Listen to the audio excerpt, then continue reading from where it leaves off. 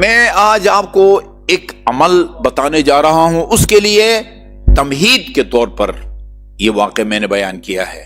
قرآن میں اللہ تعالیٰ کے بارے میں جو بدگمانی کرتے ہیں ان کی مذمت کی گئی ہے، ان کو دردناک عذاب کا بتایا گیا ہے اس میں، جو خدا کے بارے میں بدگمانی کرتے ہیں۔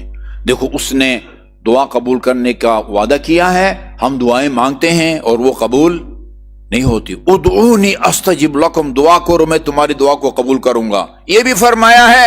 ساتھ یہ بھی فرمایا ہے ان اللہ لا یخلف المیعاد، اللہ تعالیٰ کبھی وعدہ خلافی نہیں کرتا۔ اس کا تو حکم ہے کہ اگر کسی کافر سے بھی وعدہ کرو اس کو پورا کرو، نبھاؤ، وعدہ خلافی کی اجازت نہیں ہے۔ یہ گناہ ہے۔ اللہ کے بارے میں بدگمان ہونا، وہ مجھے بیٹا نہیں دیتا، میرا جوان بیٹا جو ہے وہ چھین کے لے گیا، دعا قبول نہیں ہوتی، یہ تمام باتیں اللہ تعالیٰ کے معاملے میں بدگمانی کا وہ نتیجہ ہوتی ہیں، بدگمانی کا نتیجہ ہوتی ہیں۔ لہذا یہ نقطہ عرض کرنا چاہتا ہوں کہ جو بندہ دعا کرتا ہے، چاہے وہ صحت کے لیے دعا کرے، رزق و روزی کے لیے دعا کرے یا اولاد کے لیے دعا کرے، 100% اس کا فائدہ ہوتا ہے، 100% دعا کا فائدہ ہوتا ہے۔ یا فوری طور پر آپ کی وہ مراد پوری ہو جاتی ہے جو آپ نے خدا سے مانگی ہے، حاجت پوری ہو جاتی ہے جو خدا سے آپ نے مانگی ہے، یا دیر سے وہ دعا قبول ہوتی ہے، یا خدا بندے کی مصلحت اس میں سمجھتا ہے کہ یہ نہ جلدی نہ دیر سے اس کی دعا قبول نہ ہو، اور جتنی بھی اس کی دعائیں مسترد ہوئی ہیں، قبول نہیں ہوئی ہے، سب کا اجر روز قیامت دے دے اللہ تعالیٰ۔ کبھی بھی اللہ تعالیٰ دعا کرنے والے کو، دعا گو کو محروم نہیں کرتا، لیکن اس خیال کے ساتھ جو ہے نا وہ دست دعا آپ وہ بلند نہ کریں کہ 100% خدا پابند ہے کہ وہ میری دعا کو قبول کرے۔ جتنا سجاد اور زین العابدین لقب مشہور ہو گیا ہے، بیمار بھی اتنا مشہور ہوا یا نہیں ہوا؟ بیمار کربلا کا واسطہ ہمارے مریضوں کو شفا دے۔ بیمار کربلا، آپ کا کیا خیال ہے، امام حسین نے دعا مانگی ہوگی یا نہیں ہوگی بیٹے کی شفا یابی کے لیے؟ خود امام زین العابدین نے اپنی صحت کے لیے دعا مانگی ہوگی یا نہیں مانگی ہوگی؟ صحیفہ سجادیہ اور بہت ساری اس میں شفا یابی کے لیے سید سجاد نے فرمایا یہ دعا مانگو، یہ دعا مانگو۔ یقیناً دعا مانگی ہے، انبیاء نے دعا مانگی ہے، جی ائمہ معصومین نے دعا مانگی ہے۔ ہر دعا کو خدا قبول نہیں فرماتا، ہر دعا کو قبول نہیں فرماتا۔ یہ میں ایک عمل آپ کو بتانے لگا ہوں، یہ عمل امام الزمان عجل اللہ تعالی فرجہ شریف کا بتایا ہوا ہے۔ اللہم صلی علی محمد وعلی محمد۔ وہ ثقۃ الاسلام حسین نوری، ان کی 2 کتابیں ہیں امام الزمان عجل اللہ تعالی فرجہ شریف کے بارے میں۔ ایک النجم الثاقب، عربی میں اصل ہے، فارسی میں اس کا ترجمہ بھی ہوا ہے۔ دارالسلام بھی امام زمان عجل اللہ تعالی فرجہ شریف کے بارے میں ہیں۔ اس میں اکثر وہ واقعات ہیں کہ جس میں غیبت کبریٰ کے دوران کن خوش قسمت مومنین کو امام کی زیارت نصیب ہوئی ہے۔ دارالسلام آپ دیکھ سکتے ہیں، شیخ عباس قمی کا جو کتاب مفاتیح الجنان ہے نا، اس میں شروع میں کچھ وہ سورے ہیں نا، سورہ الرحمن ہے، سورہ یاسین ہے، سورہ واقعہ ہے، اس سورے ہیں۔ اس کے بعد پھر وہ کچھ دنوں کی دعائیں ہیں، پھر تعقیبات، 2 قسم کی تعقیبات کا ذکر ہے۔ تعقیبات یعنی نماز کے بعد پڑھی جانے والی دعائیں۔ بعض تعقیبات ہیں جو 5 وقت کی نمازوں میں جو ان کو بجا لانے کا حکم ہے، مثلا تسبیح حضرت زہرا 5 نمازوں کے تعقیبات میں شامل ہیں۔ یہ دعائے وحدت جو الحمدللہ ہم پڑھتے ہیں، لا الہ الا اللہ الہ واحد ونحن لہ مسلمون، یہ دعائے وحدت کہلاتی ہے، یہ 5 نمازوں میں ہے۔ اللہم ان مغفرتک ارجا من عملی وان رحمتک اوسع من ذنبی تا آخر، یہ بھی وہ 5 میں۔ ان تعقیبات کے آخر میں شیخ عباس قمی نے، ہم بہت ساری چیزیں وہ نکل جاتے ہیں، غور نہیں کرتے، ایک عجیب واقعہ یا ایک فائدہ مند واقعے کے نام سے اس داستان کو لکھا ہے۔ اسے پتہ چلتا ہے کہ شیخ عباس قمی یہ ثقۃ الاسلام کے شاگرد تھے. انہوں نے یہ نقل کیا ہے کہ وہ ایک شخص، اس کا نام بھی ہے، میں اس کا نام نوٹ کر کے لایا تھا لیکن میں پھر مجھے زیادہ آپ کا وقت لینا پڑے گا، اس کو ذکر نہیں کرتا. ایک شخص تھا، عالم دین تھا، جو انتہائی پریشان حال اور تنگ دست تھے.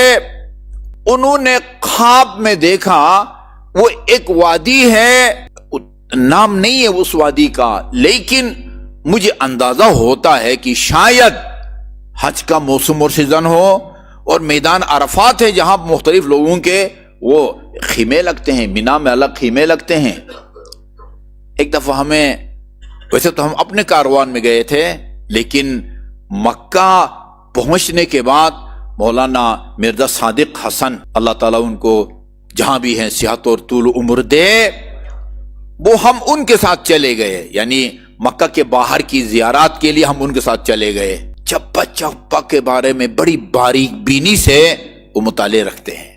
مکہ مدینہ کے بارے میں وہ لوگ مذاق کرتے ہیں، ان کو کہتے ہیں مکہ مدینہ کے پٹواری، اتنے ان کو معلومات ہیں. ایک دفعہ وہ ہم ادھر گئے مینا میں، وہ جو پہاڑی ہے جبل الرحمت، جبل الرحمت آپ دیکھیں مینا میں، وہ آپ دیکھیں گے تو وہ پہاڑی کا کوئی ٹکڑا نظر نہیں آتا، سب حالت احرام میں لوگ ہوتے ہیں، اور ایسا لگتا ہے جیسے وہ برف کی ایک پہاڑی ہے نا، برف کی ایک پہاڑی ہے. اللہ ان کو سلامت رکھے، ذمہ دار آدمی ہیں. وہاں وہ جگہ دکھائی، یوں میٹروں کے حساب سے کہا کہ پنجتن پاک علیہ الصلوۃ والسلام یہاں ٹھہرتے تھے، اس جگہ ٹھہرتے تھے. اچھا جی، تو سال کے پورے 12 مہینوں میں ہمیں نہیں پتہ ہوتا امام زمان کہاں ہے. ابھی آج ہمیں نہیں پتہ وہ کہاں ہیں. ہو سکتا ہے اپنے مادر گرامی جد مکرم معظمہ کی شہادت کے دن ہے تو جنت البقیع میں ہوں، لیکن کنفرم ہمیں پتہ نہیں ہوتا کہ پورے سال میں کس بر اعظم میں ہے، کس ملک میں ہے، کس ملک کے کس صوبے میں ہے، یا کس مسجد یا گلی کوچوں میں ہے. لیکن حج کے موسم پر 9 ذی الحج کی ظہر سے لے کر مغرب تک میدان عرفات میں امام زمان کی موجودگی کنفرم ہے. ہر سال حج کرتے ہیں، اور جو بھی حج کرتا ہے ظہر سے لے کر مغرب تک وہاں ٹھہرنا حج کے اعمال میں شامل ہے. فجر کی آذان بلکہ سورج کی پہلی کرن نکلنے تک رات کے کسی بھی حصے میں پہنچ کے مزدلفہ میں آپ کی موجودگی کنفرم ہے. اس لیے میں ورکشاپوں میں کہتا ہوں کہ بھئی کیا پتہ ان مقامات پر بہت قریب سے آپ ان کے قریب سے گزرتے ہوں. یہ خود ایک معمولی سعادت نہیں ہے کہ قریب سے گزریں، کیا پتہ. یہ روایت میں لکھا ہوا ہے، وہ جس امام کو تم پورا سال تلاش کرتے ہو وہاں وہ تمہیں بھی دیکھتا ہے، تم اس کو بھی دیکھتے ہو، لیکن وہ تمہیں پہچانتا ہے، تم اس کو نہیں پہچانتے. یہ روایت کے الفاظ ہیں. اچھا جی، تو یہ غریب آدمی کہتے ہیں کہ میں نے وہ ایک وادی میں ایک خیمے کو دیکھا، اس خیمے کے اوپر چھوٹا سا قبہ سا بنا ہوا تھا. مجھے بتایا گیا کہ اس خیمے میں امام زمان اجل اللہ تعالی فرجہ شریف ہیں. میں ان کے پاس گیا اور جا کے اپنی مشکل بیان کی. فرزند پیغمبر، بہت پریشان حال ہوں، یہاں کی زبان میں بے روزگار ہوں، بیوی بچے بہت ہیں، پتہ نہیں 5-6 بچے سکول جانے والے ہیں. اب درد بیان کیا تو خود انہوں نے کوئی دعا نہیں بتائی. ان کے خیمے سے تھوڑے سے فاصلے پر ایک خیمہ تھا، کہا اس میں میرا ایک فرزند سید آل رسول عالم الدین ہے، اس سے جا کے اپنی مشکل کو پیش کرو، وہ تمہیں عمل بتائے گا کہ جسے تم اس غربت و ناداری سے نکل جاؤ گے. کہتے ہیں میں ان کے پاس گیا، سید کا نام بھی یہاں لکھا ہو، میں نوٹ کر کے لایا ہوں. انہوں نے مجھے ایک دعا بتائی جو ابھی میں بتانے لگا ہوں. میں اس کو کمپوز کرا کے وہاں لگانا چاہتا تھا، پتہ چلا کہ ہمارے کمپوزر جو ہیں وہ چھٹی پہ ہیں، نہیں وہ کر سکا. کل آتے ہیں، اگر کل بھی نہیں آتے میں کہیں اور سے اس کو کمپوز کرا کے یہاں لگا دوں گا. کیونکہ مفاتیح الجنان کے اندر 2 دعائیں ہیں. وہ پہلی دعا تو ہے، اس دن بھی بتائی تھی، جو دوسری دعا ہے وہ پوری نہیں ہے مفاتیح کے اندر. شروع کے تو 2 جملے ہیں، اور علی العظیم تک پڑھو. یہ علی العظیم تک ہر کسی کو پتہ نہیں ہے. وہ علی العظیم تک جو ہے وہ میں اپنے موبائل میں اس کو وہ کر کے وہ لایا ہوں. بعد میں جس کو بھی چاہیے ابھی فوراً میں اس کو فارورڈ بھی کر سکتا ہوں اور انشاءاللہ کل یا پرسوں اس کو وہاں لگا بھی دیں گے. انہوں نے اس سید نے جن کے پاس امام زمان نے مجھے بھیجا تھا یہ دعا بتائی. اور جب میں یہ خواب کی بات ہو رہی ہے نا، جب میں صبح بیدار ہوا تو وہ مجھے دعا یاد ہو گئی تھی زبانی. پھر میں نے اسی پہ اکتفا نہیں کیا. اچھا کہتے ہیں جب اس سید کے حجرے میں گیا، مصلی عبادت پہ بیٹھ کے قرآن پڑھ رہے تھے، دعائیں پڑھ رہے تھے، صبح ہوئی تو یہ دعا مجھے یاد ہو گئی تھی، لیکن میں نے اسی پر اکتفا نہیں کیا. وہ سید کا گھر تلاش کر کے ان کے پاس گیا. جب ان کے پاس پہنچا اسی حالت میں تھے جس حالت میں میں نے خواب میں ان کو اپنے خیمے میں دیکھا تھا جی.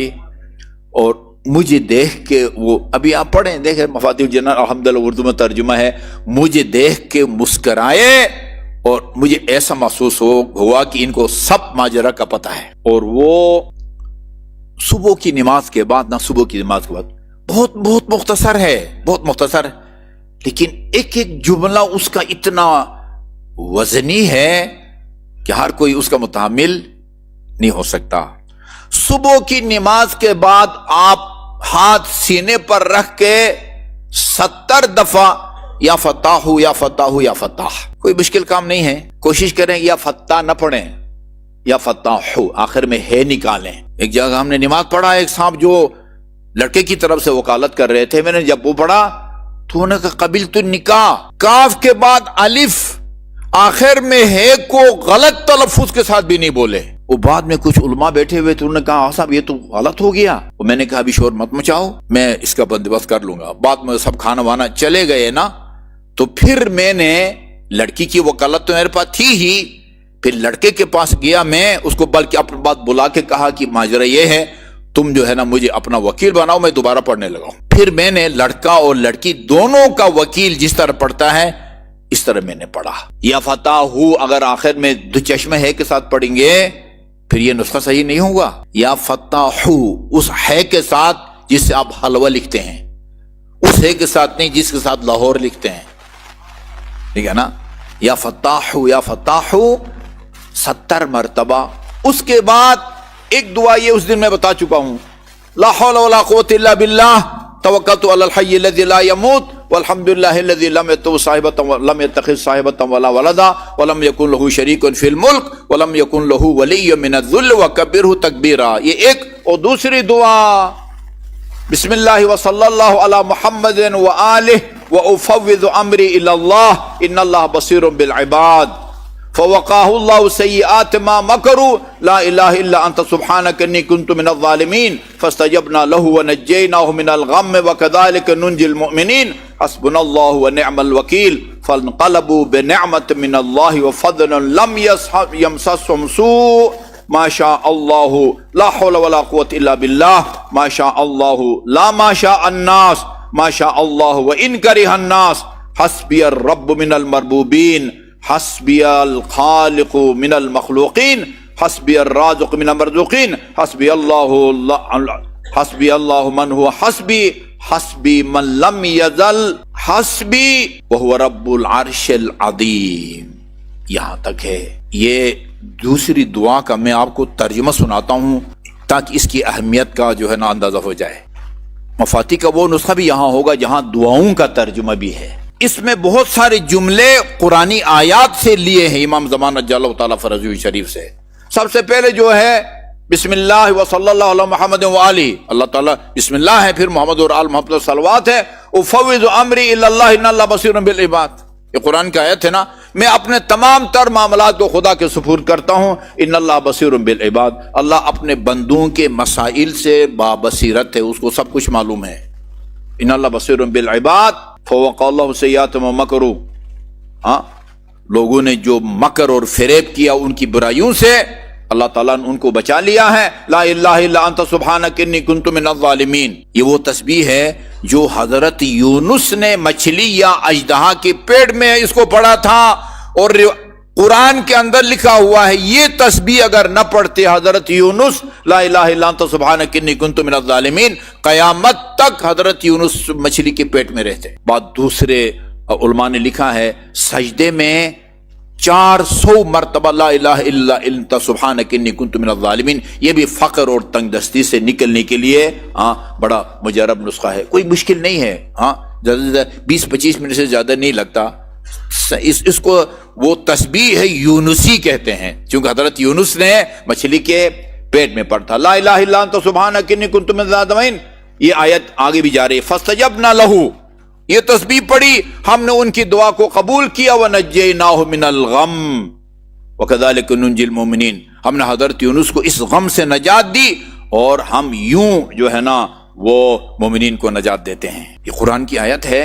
اچھا جی، حسبنا اللہ ونعم الوکیل، اللہ ہمارے لیے کافی ہے اور بہترین وکیل. وہ جتنے بھی ایڈوکیٹ دن پھر رہے ہیں، سب سے بہترین وکیل جو ہے وہ اللہ تعالیٰ کی ذات ہے، وہ نعم الوکیل ہے.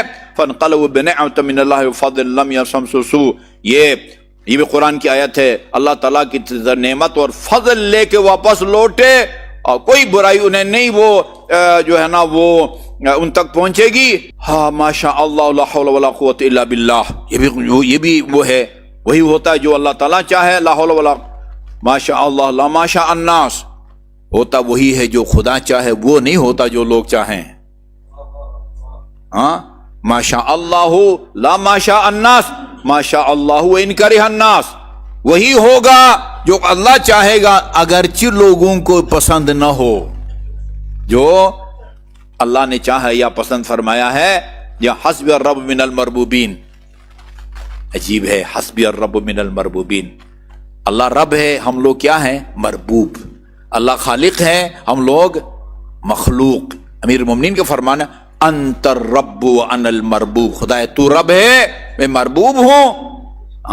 کیا مربوب رب سے بے نیاز ہو سکتا ہے؟ جی وہ حسبی الرب من المربوبین، وہ رب جو ہے وہ مربوبین سے مجھے بے نیاز کرنے کے لیے کافی ہے. ساری دنیا اس کے لیے مربوب ہے، اس کی مخلوق ہے، اور سب دنیا سے بے نیاز کرنے کے لیے اللہ تعالیٰ وہ مجھے کافی ہے. وہ حسبی الخالق من المخلوقین حسبی الرازق، تمام مخلوقین سے مجھے بے نیاز کرنے کے اللہ تعالیٰ کافی ہے. تمام مرزوقین سے بے نیاز کرنے کے لیے مجھے اللہ تعالیٰ کافی ہے. حسبی الخالق من المخلوقین حسبی الرازق حسبی اللہ رب العالمین. خدا میرے لیے کافی ہے جو عالمین کا رب ہے. حسبی من ہوا حسبی. یہ چند جملے 3 سطر اور بھی ہیں صبح کی نماز کے بعد. ٹھیک ہے جی، یعنی اس کے نتیجے میں اگر آپ کو نوکری نہیں بھی ملتی نا، خود یہ ذکر اتنا پربرکت ہے کہ آپ کی زندگی میں اور انجام بخیر ہونے میں ایک مؤثر کردار ادا کر سکتا ہے یہ عمل. 70 مرتبہ یا فتاح. اس کے بعد یہ دونوں دعائیں. پہلی دعا مفاتی میں ہے، دوسری دعا لکھا ہوا ہے بھائی یہاں سے شروع کرو صلی اللہ امر اللہ اور آخر میں علی العظیم تک. وہ پوری دعا ادھر نہیں لکھی ہوئی ہے، میں دوسری جگہ سے تلاش کر لاؤں. درمیان کا جو ہے نا وہ 80% 90% ٹکڑا مفاتی میں نہیں ہے. ادھر سے آپ لے سکتے ہیں. خود بھی اس کو پڑھیں اور باقی مومنین کو بھی پڑھیں. خدا چاہے تو ان کی مالی حالت تبدیل کر دے گا، اور اگر ہماری مصلحت اس میں ہے کہ ہم کچھ عرصہ بے روزگار رہیں، پھر آپ کو پریشان ہونے کی ضرورت نہیں ہے. باواد بلند درود بھیجے محمد وآل محمد.